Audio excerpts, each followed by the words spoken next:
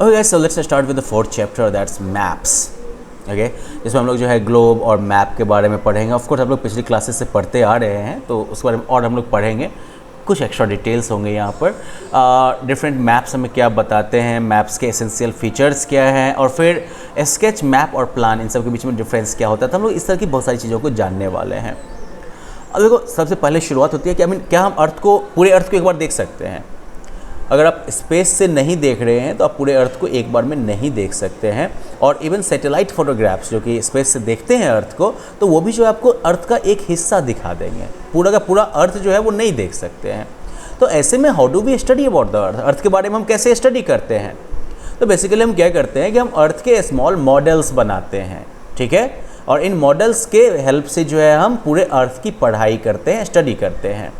Okay, फिर अर्थ के जो डिफरेंट रीजन्स हैं उनकी पढ़ाई हम कर सकते हैं पिक्चर्स, डायग्राम्स, स्केचेस और मैप्स वगैरह के हेल्प से।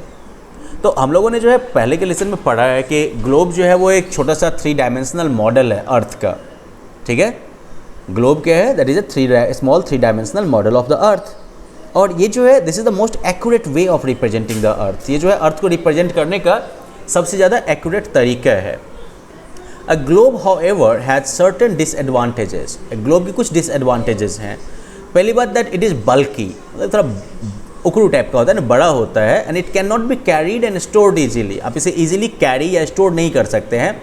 It can not show the details of land forms, location of small towns and so on, right. इस पर जो है आपको डिटेल में जो है लैंड फॉर्म्स, जैसे कि किधर जो है पहाड़ है, किधर खाई है, किधर नदी बह रही है, ये सारे जो लैंड फॉर्म्स के डिटेल्स होते हैं ये आपको नहीं दिखेगा ग्लोब पर। और साथ साथ जो है छोटे छोटे टाउन्स वगैरह का जो लोकेशन है वो सब नहीं दिखेगा, ठीक है।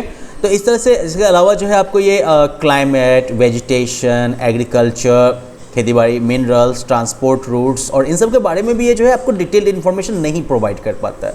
अब लार्जर ग्लोब्स जो हैं वो आपको थोड़ा एक्स्ट्रा डिटेल दे देंगे।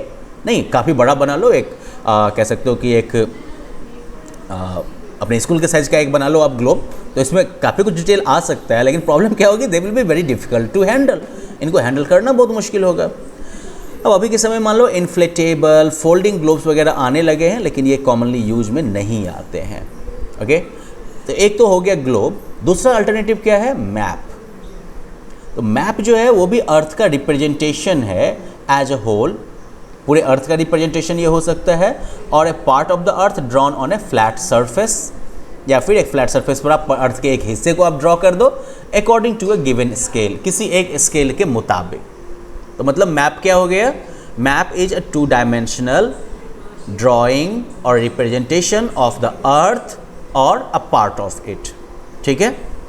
It can show continents, countries, cities and even a local area.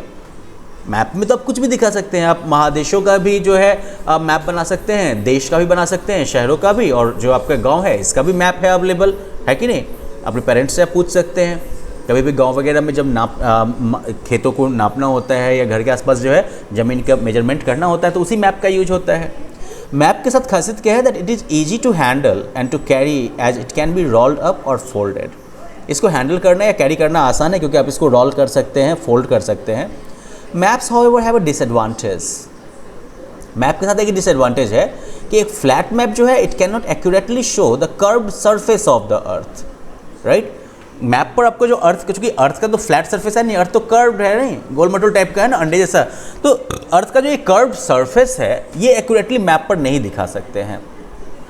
Now when a map is drawn in shapes and sizes of the continents and oceans, ये सब डिस्टॉर्टेड हो जाते हैं। जब मैप ड्रॉ किया जाता है तो ओशंस का जो शेप है या साइज़ है, या ये कॉन्टिनेंट्स का या ओशंस का, ये डिस्टॉर्टेड हो जाता है, थोड़ा बदल जाता है, ठीक है। और मैक्सिमम डिस्टॉर्शन जो है, रियलिटी से मैक्सिमम डिफरेंस जो है वो पोलर रीजन्स के आसपास में होता है, जबकि इक्वेटोरियल रीजन जो है इसमें रीजनेबली कम डिस्टॉर्शंस होती हैं। इसकी वजह यह है कि पोलर रीजन में जो है कर्व मैक्सिमम है, इक्वेटोरियल रीजन में फ्लैटर हो जाता है सरफेस। बहुत पहले के टाइम में जो है जैसे कि एनिमल स्किन, क्लॉथ, पार्चमेंट या फिर पेपिरस, वेट अर्थ या क्ले टैबलेट जो होते हैं, मिट्टी के टैबलेट, इन सब पर जो है मैप बनाया जाता था। अब देखो जो मैप मेकिंग का जो साइंस है इट इज़ कॉल्ड कार्टोग्राफी। कार्टे फ्रेंच में इसका मतलब होता है मैप और ग्राफिक का मतलब हो गया ड्राइंग। और वो आदमी जो कि मैप ड्रॉ करता है he is called a cartographer, ठीक है।